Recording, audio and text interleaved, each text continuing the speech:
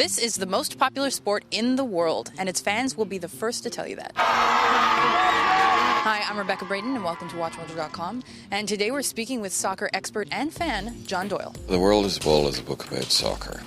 I've covered 2 World Cup tournaments and 2 European Championships for the Globe. It's about me travelling to the tournaments, describing them, and telling people about the kind of things that you don't see on television when you watch the World Cup or big international soccer tournaments, describing what happens in the streets, in the cities, in the places where the big games happen. Tell us about the correlation between soccer and national identity. It's one of the cliches about soccer that a national team sort of represents the country, elements of the country's character in the way the team plays. Now, there's actually some truth in this, I think. The English play with a kind of doggedness, with a sort of bulldog spirit. They don't necessarily play with a lot of flair, but with a determination. The German team tends to play with precision and efficiency. A country like Spain plays with great panache, with a sort of Latin flair to it.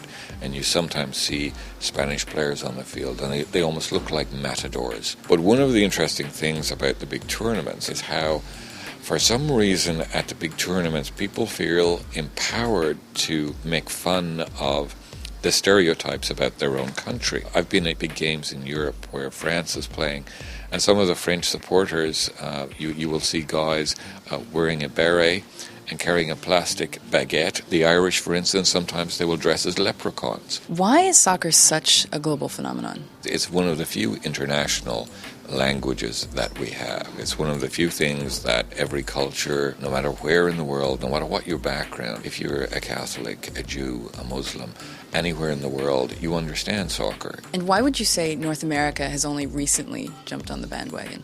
I don't ever expect that soccer will become the number 1 sport in Canada and the United States. If you're interested in soccer in the US, that kind of signals you as an outward-looking, forward-thinking person, a person who's interested in the world outside the United States.